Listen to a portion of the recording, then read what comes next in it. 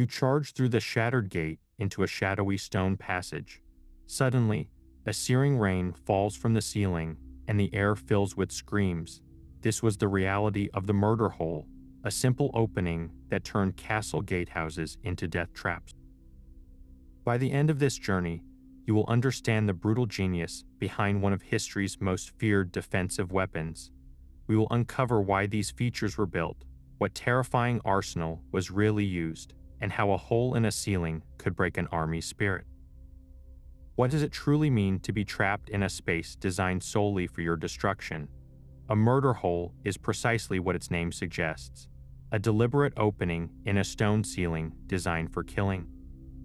Picture yourself as an attacker. You have survived the initial assault and scrambled through the main gate, only to find yourself in a narrow, shadowy corridor. High above you, a series of dark squares break the vaulted stone. You are now in the killing zone. This architectural feature, most commonly found in the gatehouse passage of a medieval castle, was a simple yet horrifyingly effective trap. It transformed a moment of perceived victory into one of utter vulnerability. The defenders above were no longer distant figures on the walls.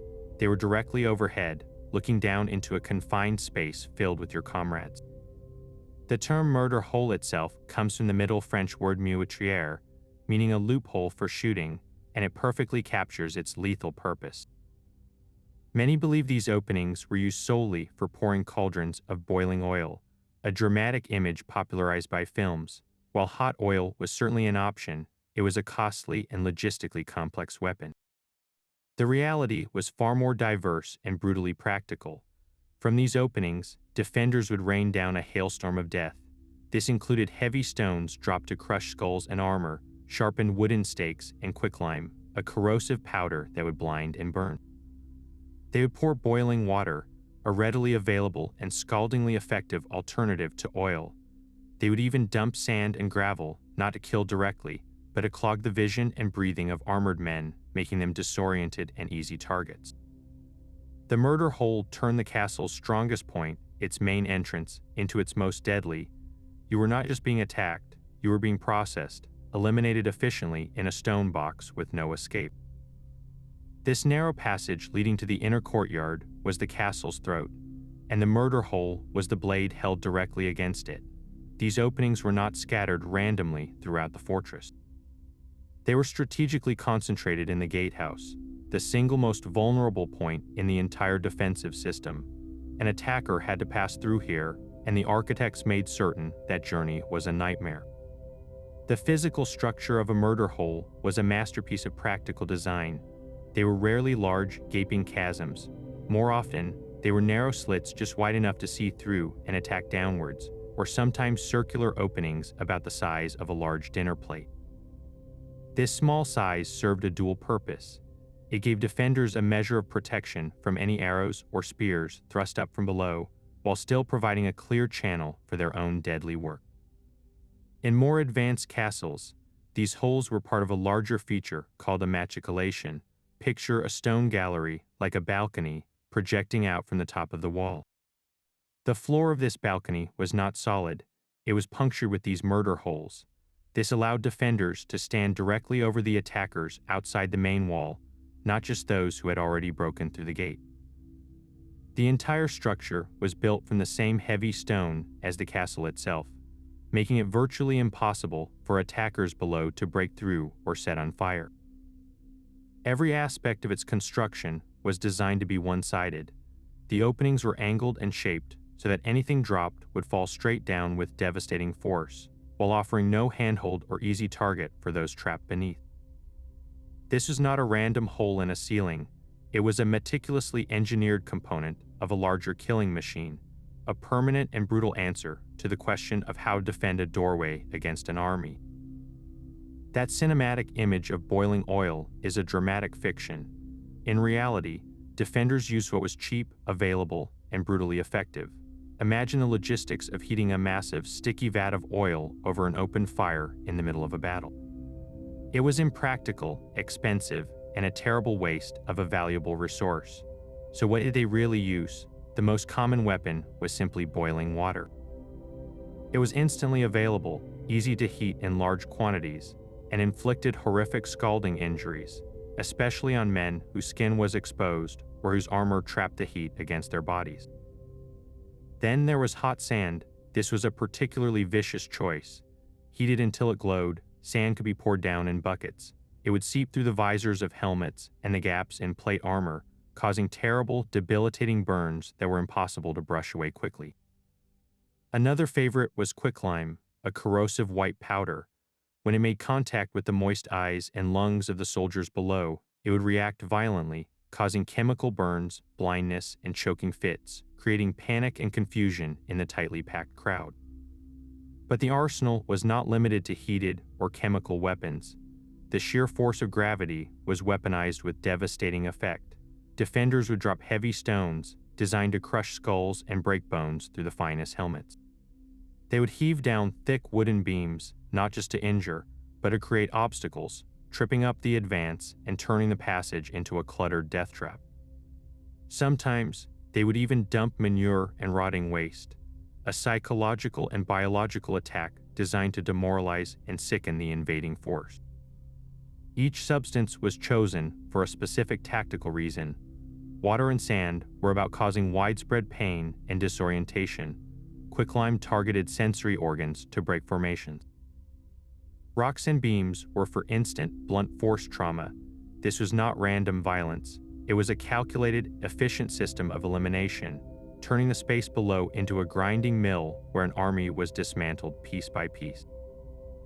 Beyond the physical carnage, the murder hole wielded a far more subtle and devastating weapon, pure psychological terror. Think of the gatehouse not just as a stone structure, but as a carefully designed funnel of death. An attacking force, once a broad and powerful army, was compressed into a single, shadowy corridor. In that cramped darkness, every sense was assaulted. The air grew thick with the smell of blood and smoke, and the stone walls echoed with the screams of men you had trained and fought alongside for years. Death was no longer a soldier you could face on the battlefield. It was invisible, impersonal, and rained down from a hole in the ceiling you could not reach. You could not swing your sword at it. You could not raise your shield against it. Your heavy armor, meant to protect you, became a metal coffin, trapping the heat of scalding water and the burn of quicklime against your skin. The coordinated assault, a display of military discipline, shattered into a panicked scramble. Men would trample their own comrades in a desperate rush to escape the killing zone, turning a strategic advance into a chaotic rout. The murder hole was a masterstroke of mental warfare.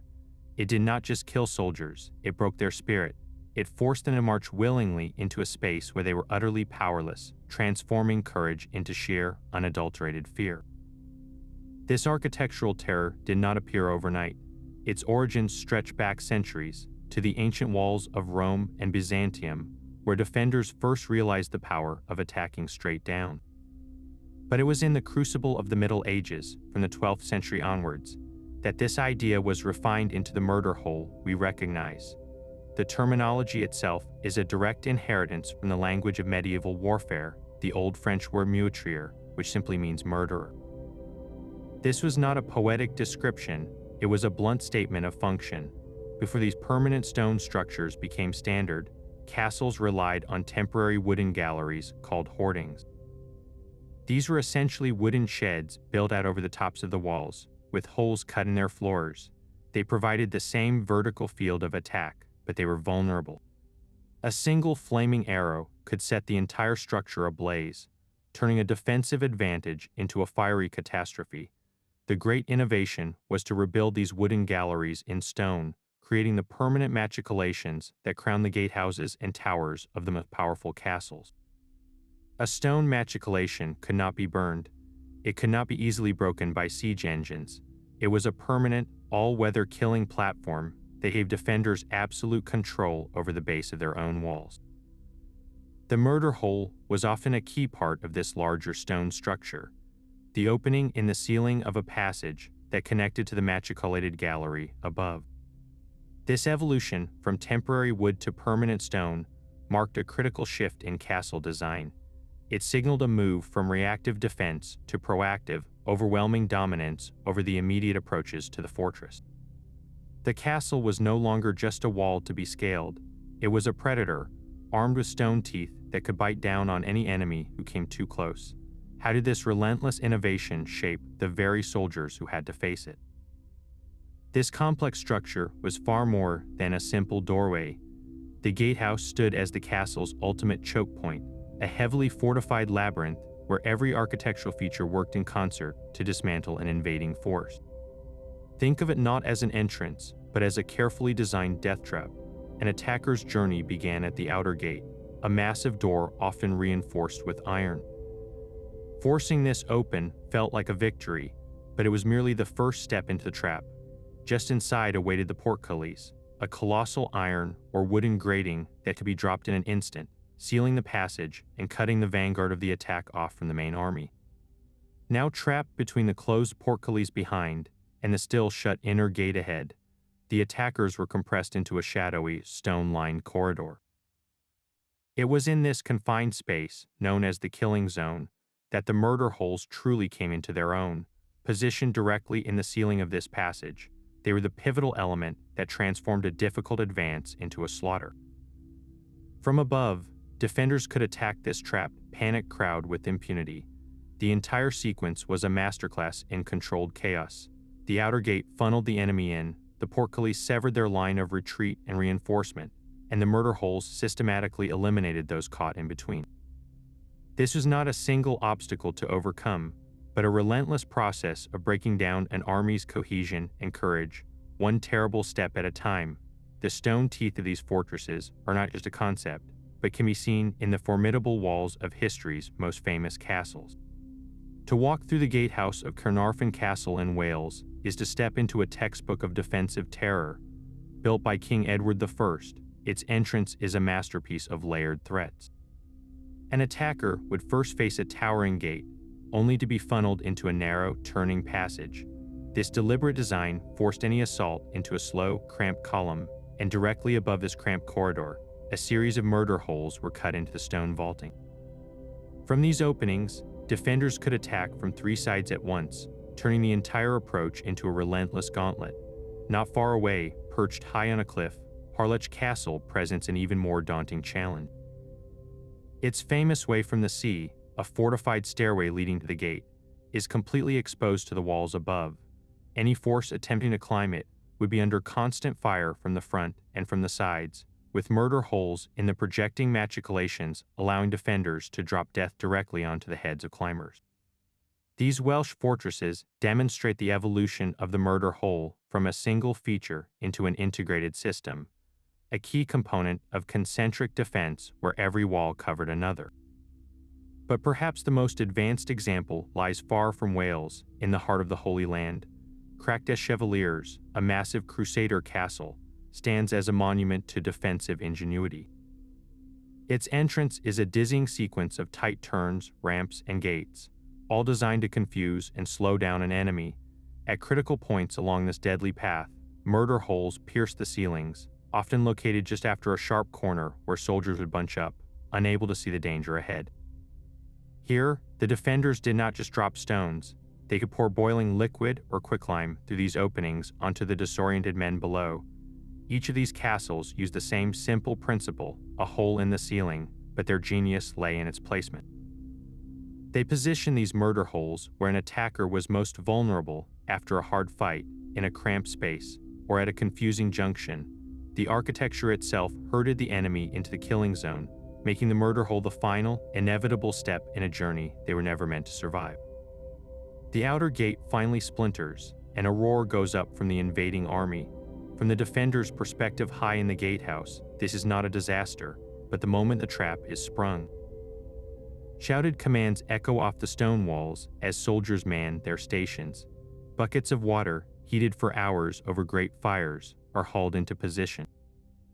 Baskets of heavy stones and jagged rubble are tipped toward the dark openings in the floor. There is no panic, only a grim, practiced efficiency. Below, the first wave of attackers surges into the shadowy passage, their battle cries turning to confused shouts as they find themselves crammed into a narrow stone throat, a portcullis grating down behind them, sealing their fate. Then, from the darkness above, hell is unleashed. A cascade of boiling water falls like a sudden, searing rain. It finds the gaps in armor, turning metal into an oven and filling the air with screams not of battle, but of agony. Before the first men can even react, a volley of stones follows, crashing down with the brutal, indiscriminate force of gravity. The noise is overwhelming, a deafening cacophony of clanging metal, shattered bone, and human terror. For the attacker trapped in that corridor, the world shrinks to a nightmare of confined chaos. Your shield is useless against an enemy directly overhead. Your sword cannot parry a falling rock. You are packed shoulder to shoulder with your comrades, stumbling over the fallen, as an invisible foe methodically grinds your advance to a bloody halt. This was the murder hole's true purpose, not merely to kill, but to dominate the narrative of the battle, transforming a hard-won breach into a preordained slaughter. The legend of the boiling oil is a story that has been told so often it feels like fact, but the historical reality is far more pragmatic. While a vat of bubbling oil makes for dramatic cinema, it was a luxury most castles could scarcely afford. Oil was an expensive and vital resource, used for lighting lamps and cooking food, not to be wasted in such vast quantities on invaders. So what truly filled those buckets hoisted up to the murder holes? The answer is a testament to medieval ingenuity and brutal efficiency. The most common weapon was quite simply boiling water. It was free, instantly available in large amounts, and could be heated continuously during a siege. Pouring down on men in metal armor, it created a scalding steam that could cause horrific injuries, cooking a soldier inside his own steel shell. Another favored substance was hot pitch or tar. This thick, sticky liquid was harder to come by than water, but it had a terrifying advantage. It would cling to armor and skin, causing severe burns that were impossible to wipe away, and it could even be set alight with a torch to create a rain of fire. As for the rocks, the image of defenders straining to heave boulders is another exaggeration. The goal was not a single, colossal impact, but a sustained and rapid barrage. They used smaller, fist-sized stones and jagged pieces of rubble that could be dropped in volleys by one person. This created a relentless hailstorm from above, breaking bones, cracking helmets, and turning the passage below into an impassable screefield of pain and debris. The truth of the murder hole is not in Hollywood spectacle, but in the chilling effectiveness of using whatever was cheap, available, and capable of breaking an army's will in the most direct way possible. For the soldiers manning the castle walls, the murder hole was not a weapon of random violence, but a tool of precise, disciplined execution. Operating this system effectively required a well-rehearsed drill, a choreography of death that had to be performed flawlessly under the deafening chaos of a direct assault. Coordination was everything. A single knight or castellan would typically command the defense from the gatehouse, his voice cutting through the din to direct the flow of battle. He decided the crucial moment when the portcullis would drop, sealing the trap, and gave the order for the assault from above to begin. The soldiers under his command were divided into specialized roles, each critical to the machine's function. Archers and crossbowmen stood ready, not at the murder holes themselves, but at narrow slits in the walls covering the approach. Their job was to suppress any enemy archers and pick off attackers who tried to shield themselves or target the openings above. Meanwhile, a separate team was dedicated solely to the murder holes. These men worked in pairs or small groups. One would be the lookout, peering down into the shadowy passage to identify where the enemy was most densely packed. The others were the laborers, responsible for the heavy, dangerous work of lifting and pouring. They did not act on impulse. Timing was a tactical calculation. Pouring a precious bucket of boiling water when only 3 soldiers were in the kill zone was a waste. The command would wait until the passage was crammed with a dozen or more men, ensuring every drop and every stone inflicted maximum casualties. This demanded immense discipline from the defenders. They had to ignore the screams from below, the arrows clattering against the stone around them, and their own fear, focusing only on the rhythm of the drill. The hoist of the bucket, the swing of the basket, the coordinated drop, this was a cold, mechanical process. Their efficiency is what transformed the gatehouse from a structure into a predator, one that consumed armies not with rage, but with chilling, practiced calm. But the gatehouse was not the only place where these stone teeth could bite. The same brutal principle was applied in other, more intimate spaces of the castle, revealing a chilling philosophy of total control. Deep within the fortress, in the damp and perpetual darkness of the dungeons, smaller murder holes were often cut into the vaulted ceilings. These openings served a different, more psychological purpose than those in the gatehouse. Guards could listen to prisoners below, monitoring conversations for plots or confessions.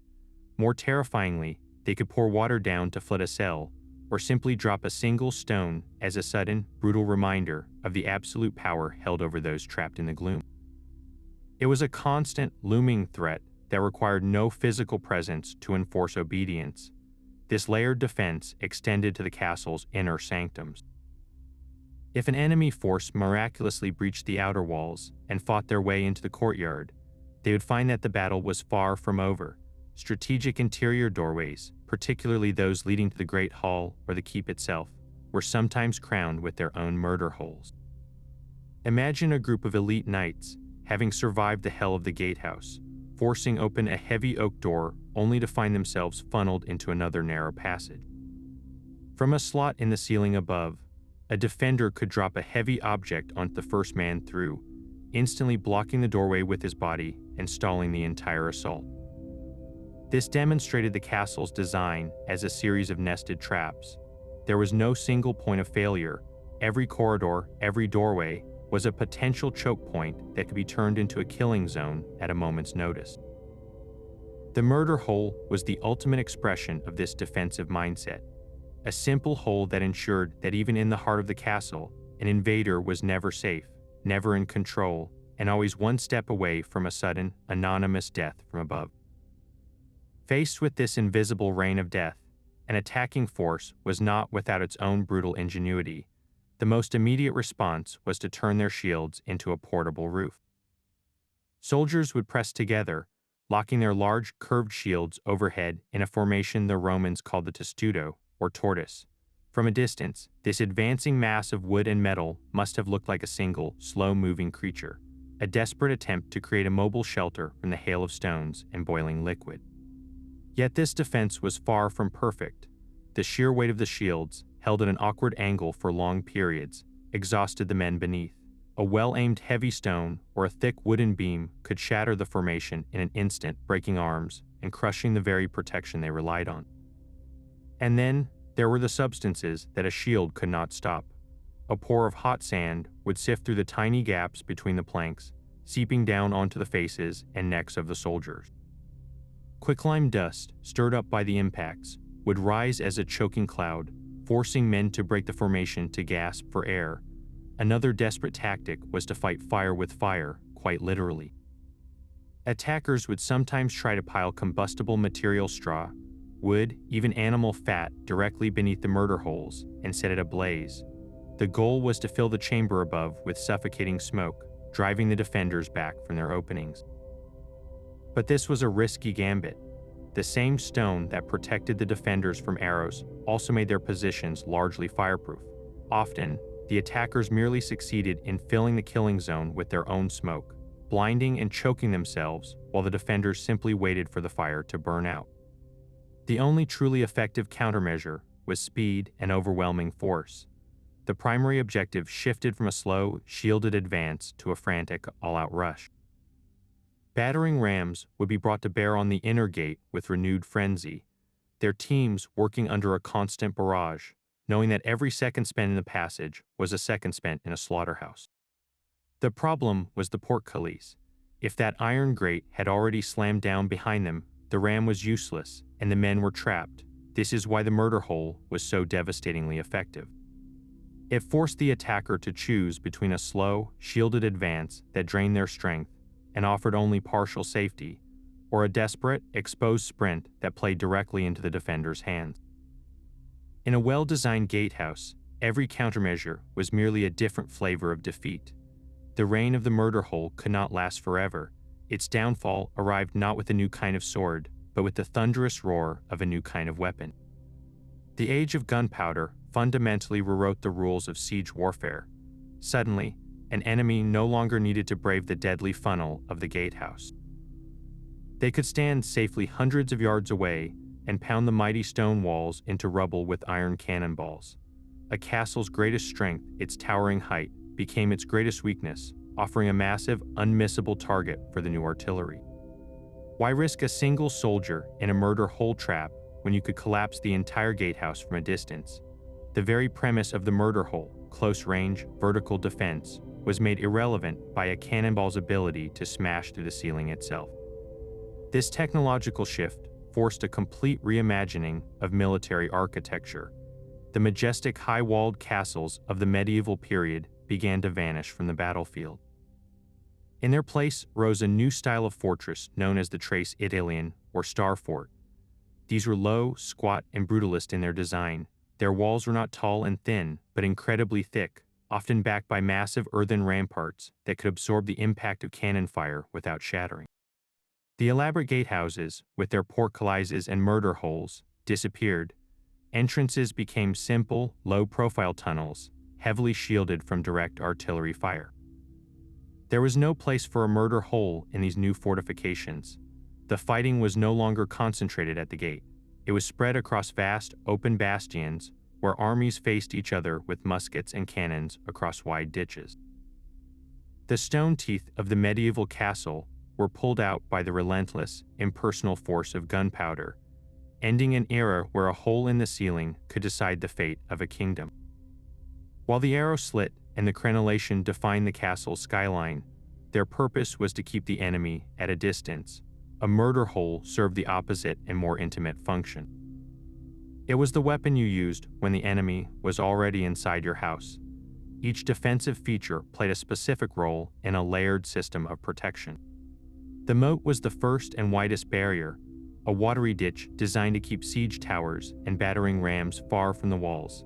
It forced attackers to slowly cross under a hail of arrows. Then came the arrow slits, those narrow vertical cuts in the stone. They were not just windows, they were precision instruments, allowing an archer to fire out with a protected field of view while presenting an almost impossible target for anyone shooting back. High above, the crenellations, the classic tooth-like pattern on the castle walls, provided cover for defenders. A soldier could step into the gap, the embrasure, to loose an arrow or drop a stone, then step back into the protection of the solid merlin. And of course, there was the portcullis, the heavy iron grate that could slam down to physically sever an advancing column. But what happened when all these outer defenses were overcome? When the moat was crossed, the arrow fire was suppressed, and the portcullis was behind the first wave of attackers.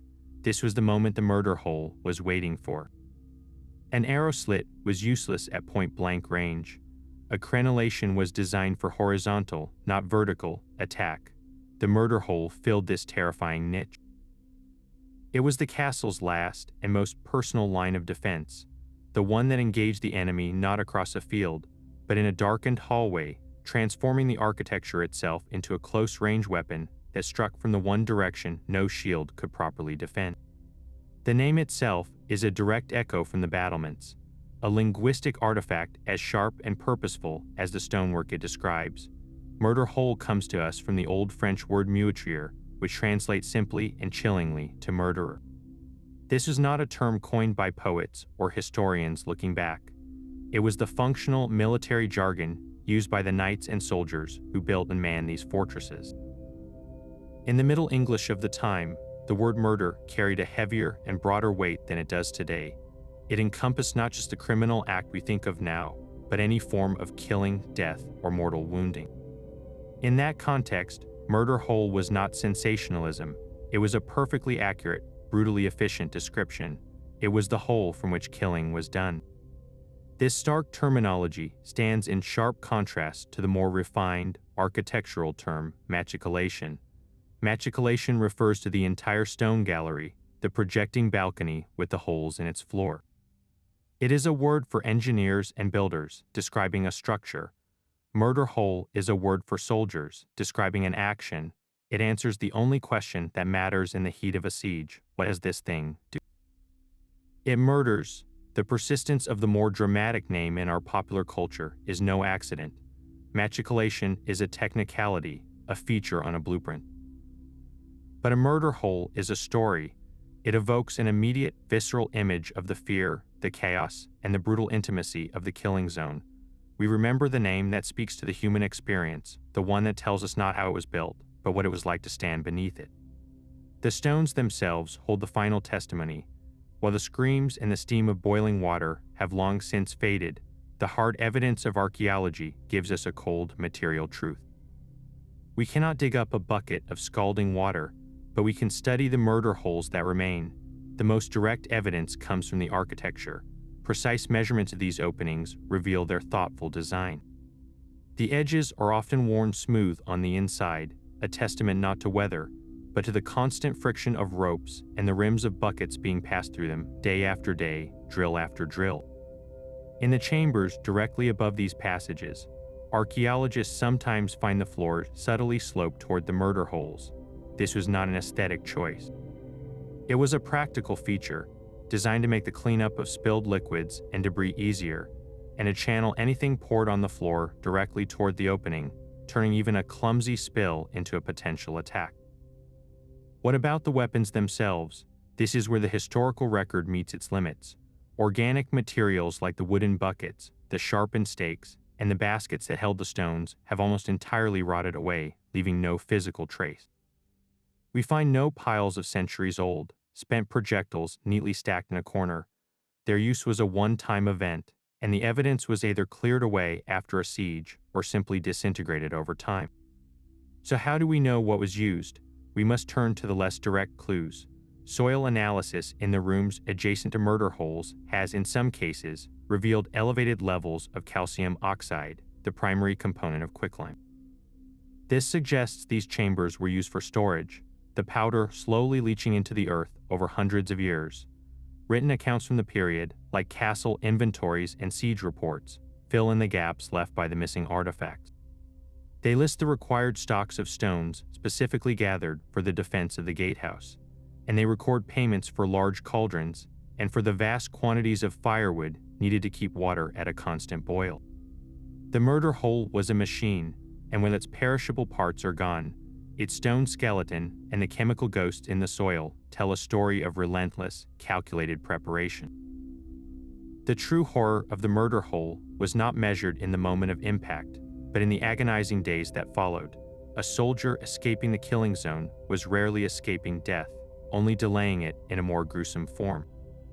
The weapons used were specifically chosen to inflict injuries that medieval medicine was powerless to heal. A heavy stone dropped from that height did not just cause a bruise. It shattered bone, pulverized muscle, and caused massive internal bleeding. Even if the armor appeared intact, the force could be transmitted through the steel, turning a warrior's body into a vessel of trauma. But the physical damage was only the beginning. The real killer was infection. A deep, crushing wound would be packed with dirt, rust from shattered armor, and fibers from clothing, all driven deep into the flesh by the impact. In an age without antibiotics or understanding of germs, such a wound would almost certainly turn gangrenous, leading to a slow, painful death from blood poisoning. This was the fate of many who suffered blunt force trauma in the stone corridor. Then came the burns. Boiling water and hot sand were designed to bypass armor entirely. Scalding liquid would seep into mail rings and plate joints, cooking the skin beneath. The resulting burns were not simple surface injuries.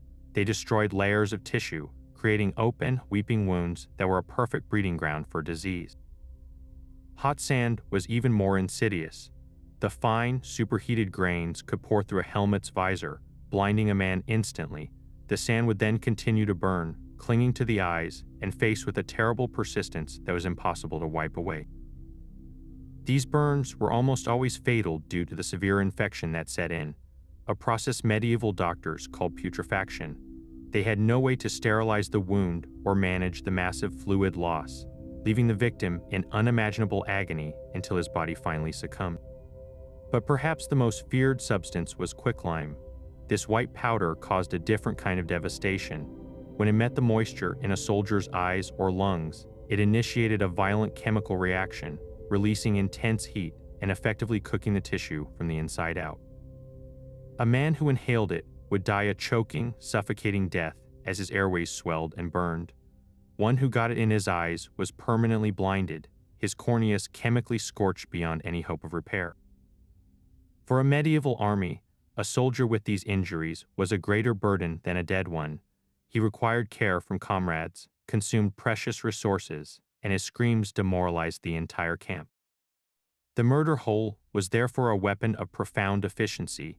It did not just win the battle at the gate, it won the war of attrition that came after, crippling an enemy force with casualties their own medicine could never hope to save. Our modern stories have turned the murder hole into a cinematic spectacle. Think of the Siege of Helm's Deep in The Lord of the Rings, where the Uruk high horde batters at the gate. Defenders pour a torrent of burning oil down upon them, creating a river of fire. It is a thrilling, visually stunning moment, but it gets one crucial detail wrong. That oil burns far too cleanly and dramatically. In reality, hot oil would have created thick, choking black smoke, potentially blinding the defenders on the walls more than the attackers below, which is precisely why water or sand was often the more practical, if less flashy, choice. Movies consistently favor the grand gesture over the grim, efficient reality. Video games, like Age of Empires, often get the mechanics more accurately. In those strategy titles, building a castle with murder holes actually gives your archers a defensive bonus against units at the base of the walls. This cleverly mirrors the true function of the matriculation, allowing defenders to target enemies directly below them, a tactical nuance many films ignore. Yet even games simplify the horrifying diversity of the arsenal, reducing it to a simple damage boost rather than the complex interplay of boiling water, crushing stones, and blinding lime. This media portrayal, for all its exaggerations, serves a vital purpose. It keeps the memory of these ancient fortifications alive in our collective imagination. When you watch a hero narrowly avoid a portcullis or dodge a cascade of fire, you are connecting with the primal fear that a medieval soldier felt looking up at those dark squares in the ceiling.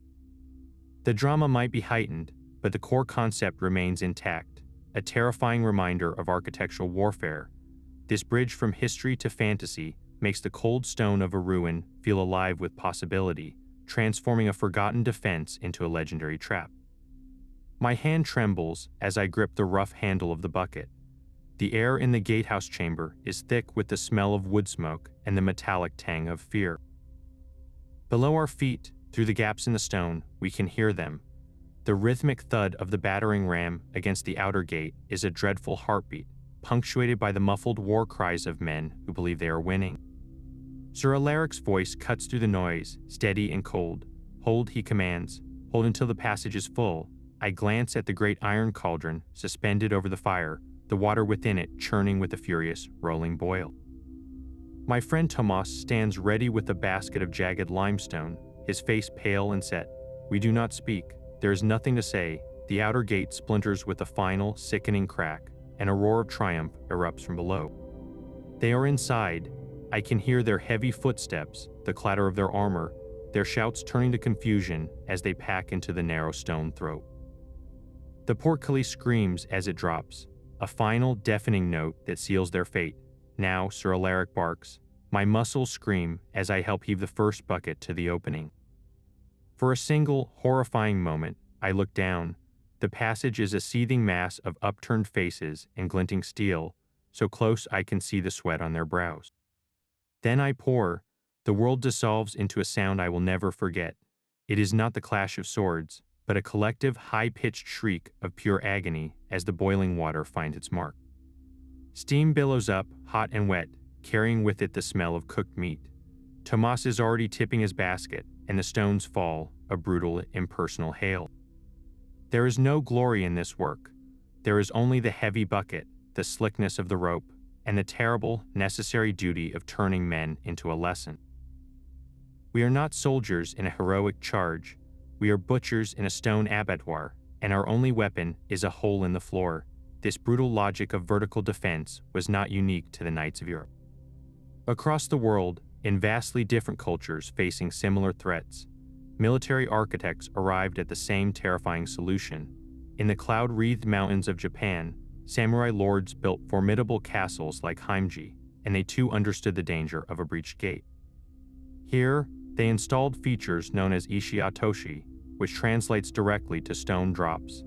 These were openings in the ceilings of gateways and passages, functionally identical to their European counterparts. From these openings, defenders would rain down not only stones, but also boiling water or oil upon any attackers who forced their way inside. It was the same answer to the same tactical problem, borne an entire world away. Meanwhile, in the sun-baked fortresses of the Middle East, such as the citadel of Aleppo, one finds the architectural cousin of the matriculation. These projecting stone boxes, called shurafat al-thara, serve the exact same purpose. They allow defenders to stand directly over the base of their walls and attack enemies below with complete impunity, dropping rocks and pouring heated liquids through the openings in the floor. The specific names and styles differed, but the underlying principle was a universal constant. Whether a European knight, a Japanese samurai, or an Arab warrior, the challenge remained the same. How do you protect the one place an enemy must enter? The answer, devised independently across continents, was always to turn that entrance into a trap. This parallel evolution reveals a profound truth about siege warfare. The fear of being trapped in a confined space, helpless against an attack from directly above, was not a cultural fear, but a human one. And the solution was not a single invention, but a recurring nightmare for any army that dared to storm a well-defended gate. Building that stone overhang was a feat of architectural defiance. It required a way to make solid rock appear to float in midair, projecting out from the vertical face of the wall to create that deadly balcony. The solution was a technique known as corbelling. Builders did not use long, single slabs of stone as a floor, as that would have snapped under its own weight. Instead, they constructed the matriculation layer by layer, like a stone staircase turned upside down. Each course of stone blocks was set slightly farther out over the one below it, gradually stepping the structure outward until it formed a sturdy, cantilevered shelf. The immense downward weight of the wall above and behind this projection actually worked to its advantage, locking these step stones firmly in place and preventing them from tipping forward. The final floor of the murder hole gallery was then built across the top of this corbelled structure. The openings themselves were carefully integrated, often framed by specially shaped stones to ensure clean, strong edges that would not easily chip or crack under the stress of battle. The entire assembly was a single, monolithic piece of the castle's fabric. An attacker at the base of the wall could not simply pry it loose or chop it down, as they might have with the older wooden hoardings. It was immune to fire and remarkably resilient to the pounding of siege engines. This was not a flimsy addition, it was the wall itself, reshaped into a weapon. The true genius lay in how this brutal function was woven so seamlessly into the fortress's enduring strength. This silent, impersonal death from above created a deep moral tension in the medieval mind. The code of chivalry celebrated the knight as a warrior of honor, facing his foe in direct, courageous combat. Yet here, within the castle walls, that same knight presided over a slaughter that required no bravery at all. The murder hole was the antithesis of a joust or a battlefield charge. It was a mechanical, faceless killer.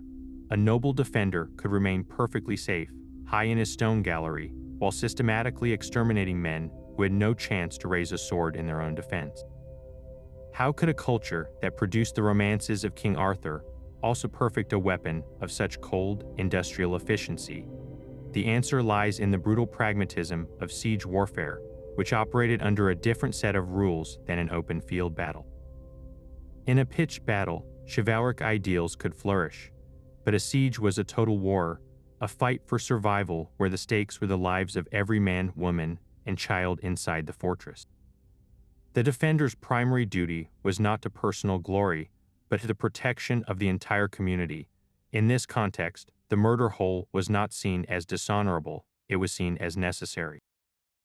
It was the ultimate expression of a defender's advantage, a tool that leveraged the castle's architecture to its maximum lethal potential. Contemporary chronicles and the rules of chivalry itself, such as those outlined in the 12th century Song of Roland, are largely silent on the specific ethics of the murder hole. This silence is telling. It suggests that within the grim calculus of a siege, killing the enemy by any means available at your own gate was not considered a breach of honor. The dishonor was reserved for the attackers, whose very act of storming a castle could be framed as an affront to the rightful lord. The paradox was therefore resolved by a simple, if uncomfortable, distinction. Chivalry governed the conduct of knights towards one another on the field of battle, but the murder hole did not discriminate. It killed common soldiers and noble knights alike, anonymously and efficiently, because during a siege, the survival of the fortress transcended the individual honor of any single combatant. That chilling logic of controlled violence echoes far beyond the stone corridors of medieval castles. The principle of the murder hole, dominating a vulnerable choke point from an unseen, protected position, is a thread that runs directly into the heart of modern security. We have simply replaced the boiling water with digital eyes and automated systems. Consider the modern maximum security prison. The design of a cell block is a direct descendant of the castle gatehouse. A single, controlled corridor serves as the choke point, and from a secure control room, guards can observe every movement. They do not need to be physically present to exert control. With the push of a button, they can seal electronic doors, creating a digital portcullis that isolates a problem instantly. The murder hole itself is reincarnated as the security camera, a silent, unblinking eye in the ceiling that watches from a position of total safety, its presence alone a powerful deterrent. The modern equivalent of dropping a stone or pouring lime is the non-lethal response, a remotely activated pepper spray system or a sonic device that can disorient and neutralize a threat without a guard ever stepping into harm's way. This is not a coincidence. It is the evolution of the same defensive philosophy. We still create controlled funnels, we still prioritize the safety of the defender, and we still seek to incapacitate an intruder from a position of absolute advantage. The stone has been replaced by steel and silicon, but the underlying strategy of architectural control remains as relevant today as it was 700 years ago. The murder hole stands as a stark monument to medieval ingenuity, a brutally effective solution to the universal problem of a doorway under assault. It was far more than a simple opening for pouring oil. It was the heart of a complex defensive system designed to shatter both bodies and morale. This architectural terror leveraged simple physics and profound psychological insight to transform a castle's greatest vulnerability into its most lethal advantage. It forced attackers to confront a faceless, unreachable enemy, turning their moment of triumph into a preordained slaughter. These stone reminders challenge our romantic visions of chivalry, forcing us to confront the grim realities of survival in an age of total war. The next time you stand in the shadow of a ruined gatehouse, look up. Let the silence of those empty sockets speak of the calculated efficiency and sheer terror they once held. What other dark secrets do you think these ancient stones are waiting to reveal? Share your thoughts on this chilling facet of history in the comments below, and subscribe to keep unraveling the mysteries of the past.